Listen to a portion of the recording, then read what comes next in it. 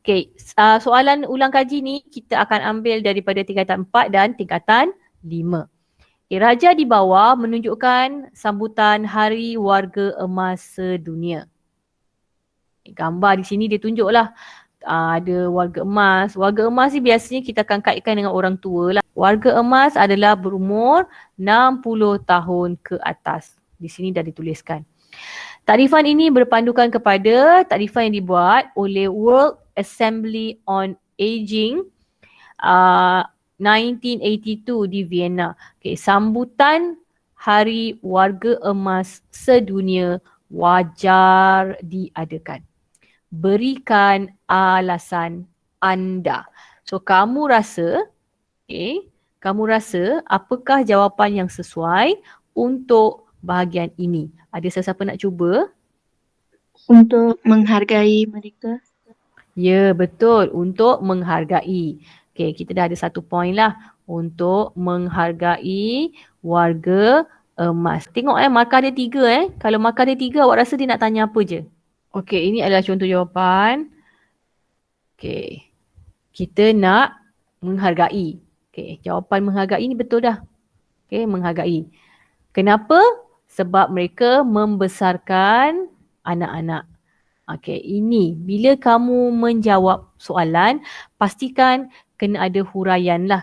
Kalau kamu lihat, markah dia 3. Okey, dalam soalan tadi, markah dia 3. Bila markah dia 3 dan dia tak ada minta nilai kalau kamu tengok soalan ni, dia tak ada minta nilai. Dia cuma kata berikan alasan, kemudian berikan 3 markah. Di sini, bila kita nak jawab, kita akan terus direct kepada huraian dia, iaitu berikan direct 3 jawapan. Meraihkan Hari Penting Warga Emas, menghargai jasa warga emas dalam mendidik dan membesarkan anak-anak.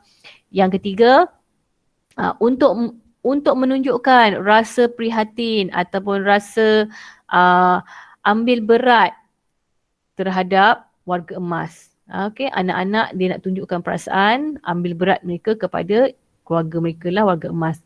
Okey, memupukkan sikap menghormati warga emas. Kat sini diberi 4. Kalau kamu ada apa-apa jawapan lain yang munasabah, kamu boleh masukkan juga. Okey, tapi dia minta maksimum 3. Cadangan saya pelajar, takut jawapan kita salah, so make sure kamu jawab lebih daripada 3 jawapan. Bila kamu jawab tu, kalau kamu tengok dia punya tapak ni jangan sesekali kamu buat secara point. Ataupun nombor 1, nombor 2, nombor 3, tak boleh. Mesti buat dalam bentuk ayat. Sambung saja ayat tu. Okey, jangan tak perlulah buat satu baris. Tak. Kamu tulis. Okey, lepas tu kamu sambung. Lepas titik kamu terus sambung. Sambunglah seterusnya. Macam tu. Pastikan kamu jawab dengan cara yang betul lah. Okey. Ini adalah cadangan jawapan yang diberikan. Kalau kamu ada apa-apa jawapan lain yang logik, boleh juga masukkan.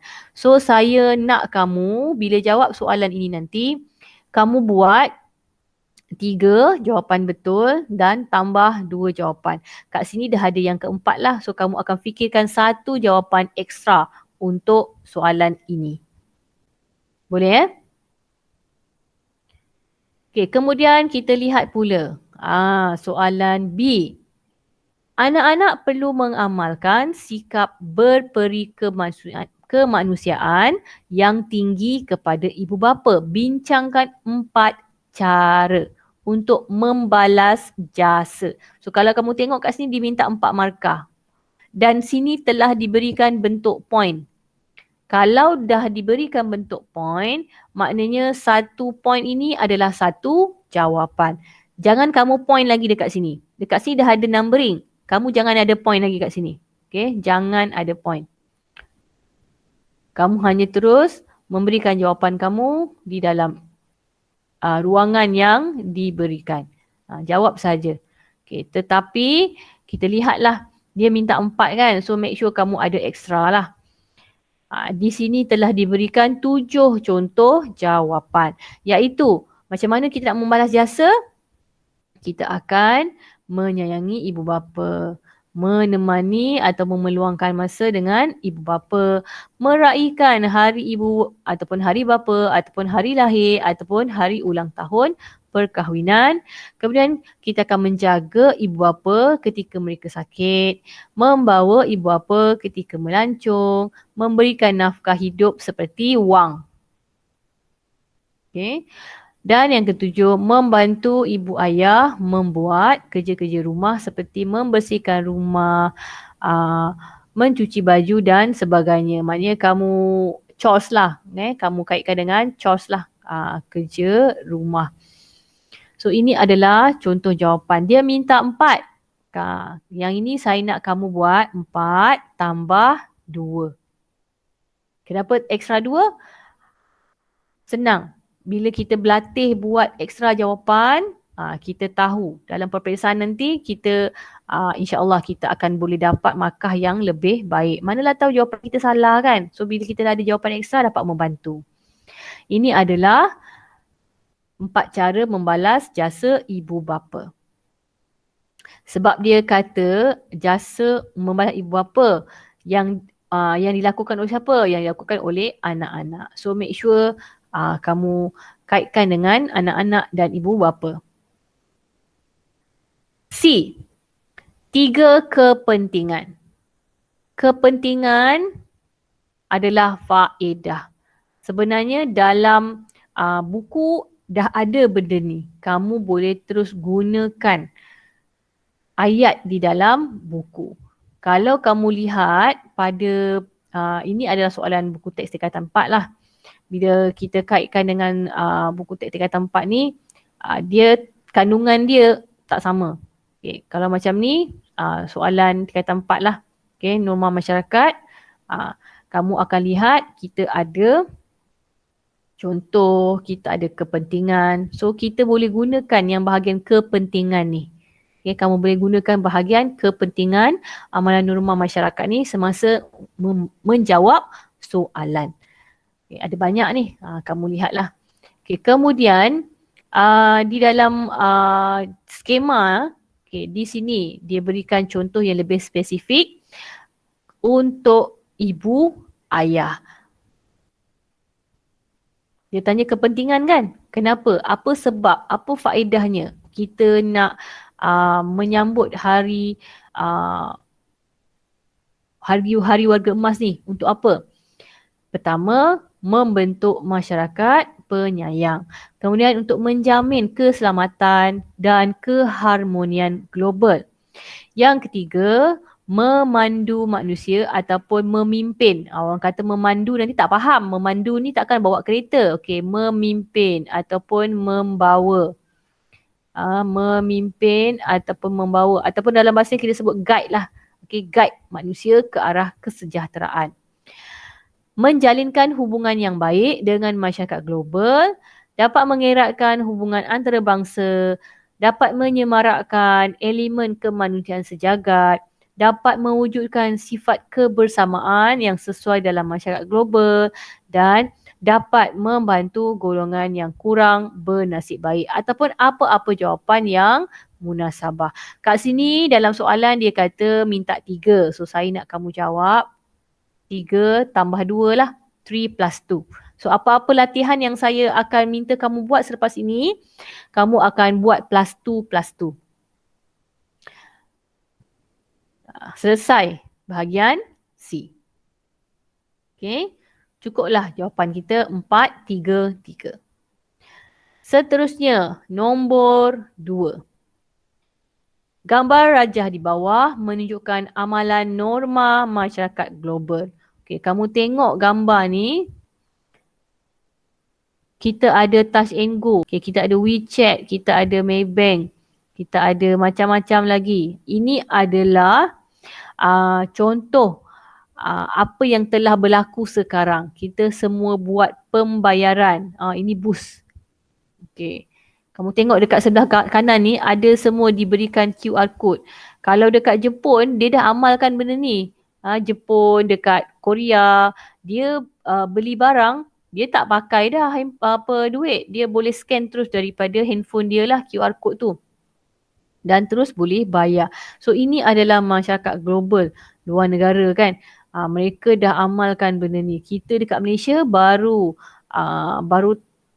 beberapa tahun buat bayaran secara QR code, secara scan. Soalan A. Apakah yang anda faham tentang norma masyarakat global? Okey, ada siapa-siapa nak cuba? Amalan yang diterima dan biasa dilakukan oleh masyarakat.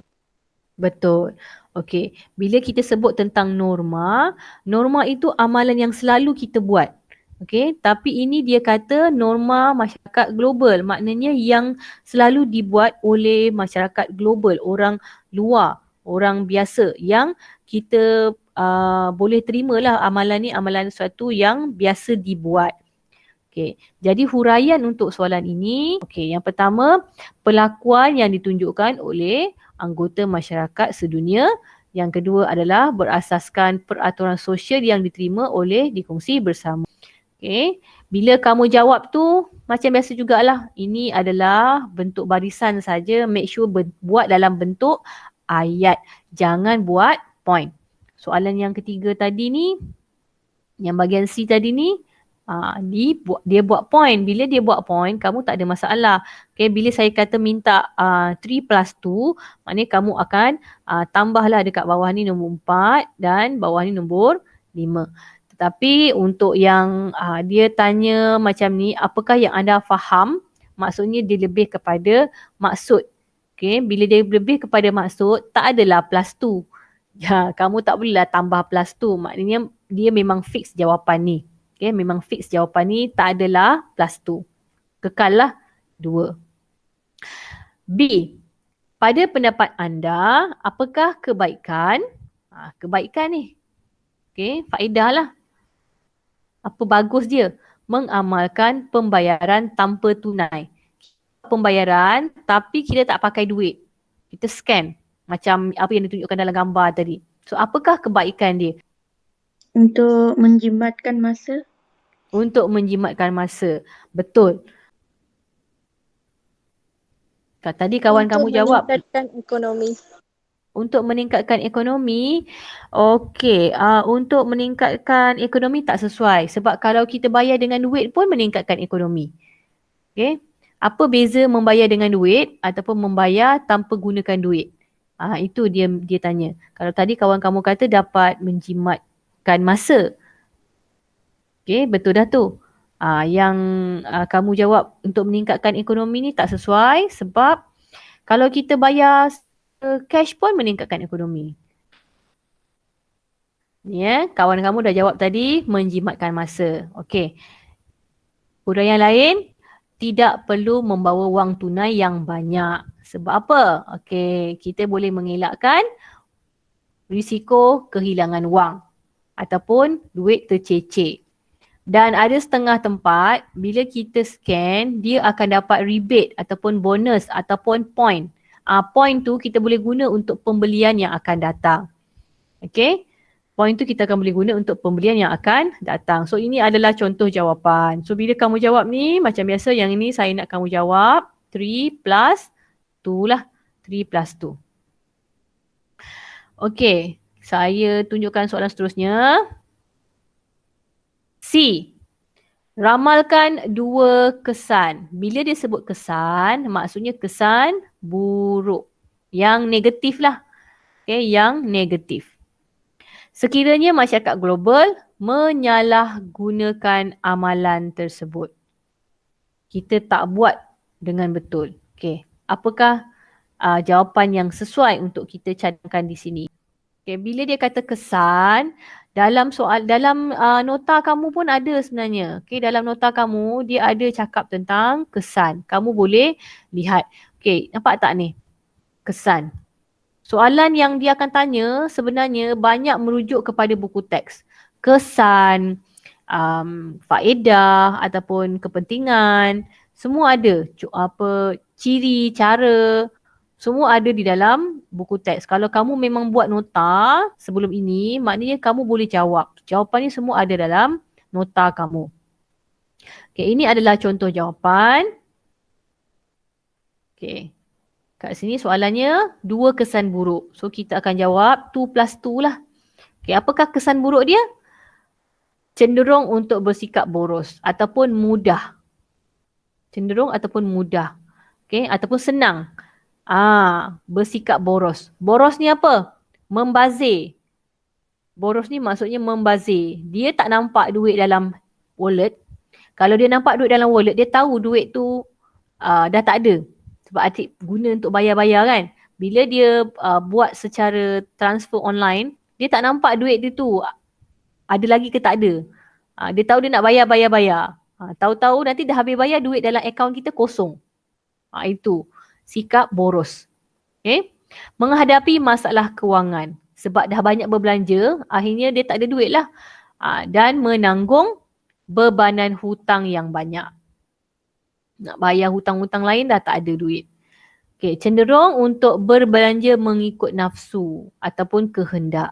Maknanya benda tu tak penting pun.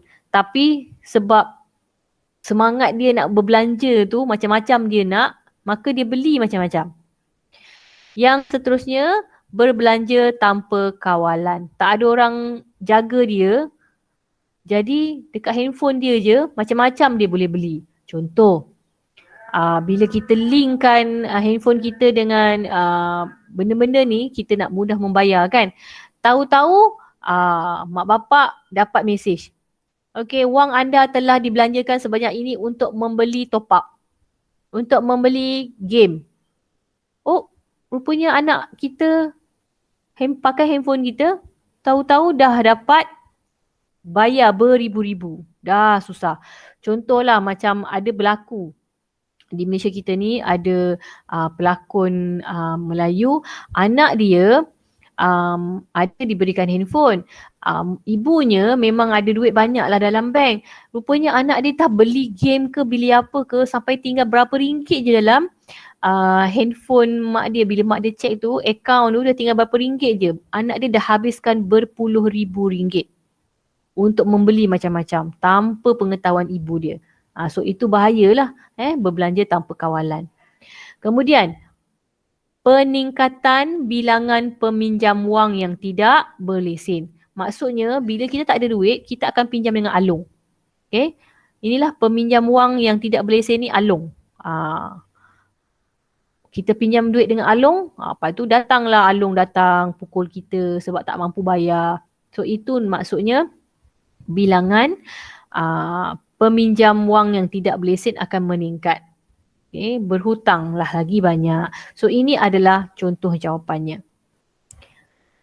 Next, kalau kamu lihat, dihuraikan satu nilai universal. So kat sini dia sebut nilai nilai universal. Dia nak satu saja. Okay, kamu kena letaklah. Sini dia kata 3 markah. Maknanya kamu kena letak nilai apa, titik, lepas tu kena buat huraian dia. Huraian, sebab dia kata 3 markah, maknanya nilai 1 markah, huraian akan perlukan 2 jawapan. Huraian apa? Okey, berkenaan dengan amalan semasa menggunakan pembayaran tanpa wang seharian kita. So ini adalah contoh jawapan. Nilai kesederhanaan, nilai rasional, nilai bertanggungjawab, nilai berdikari, nilai kejujuran. So ini adalah contoh nilai yang sesuai. Okay. So maksimum dia kata 1 nilai 1 markah. Kemudian dia minta huraian lah. Huraian ni 2 huraian dah dapat 2 markah. So pelajar, untuk soalan ini cikgu akan minta kamu buat plus 1, maksudnya kamu jawab nilai dan 2 huraian, 1 nilai dan 2 huraian dan plus 1 lagi. Maksudnya 1 nilai lagi dan 2 huraian lagi. Okey, kat sini ada mana-mana nilai, kamu boleh jawab lagi 1. Ini huraian ni cuma ada 1 je. So kamu kena tambah 1 lagi huraian lah. So untuk yang D ni 1 set untuk nilai dan 2 huraian dan kamu plus 1 lagi. Iaitu 1 nilai dan 2 huraian lagi. So itu saja untuk kali ini. 2 latihan. So saya harap pelajar boleh jawablah. So saya akan sharekan soalan ini dan dia punya cadangan skema jawapan kepada kamu. So make sure kamu jawab dengan betul lah. Okay, di sini dia bagi dalam bentuk barisan saja. So make sure mesti buat dalam bentuk ayat. Okay, tak perlu kamu buat point. Okay, make sure kamu faham kehendak soalan, cara menulis dengan betul. Okay, selesailah untuk kelas kita pada hari ini.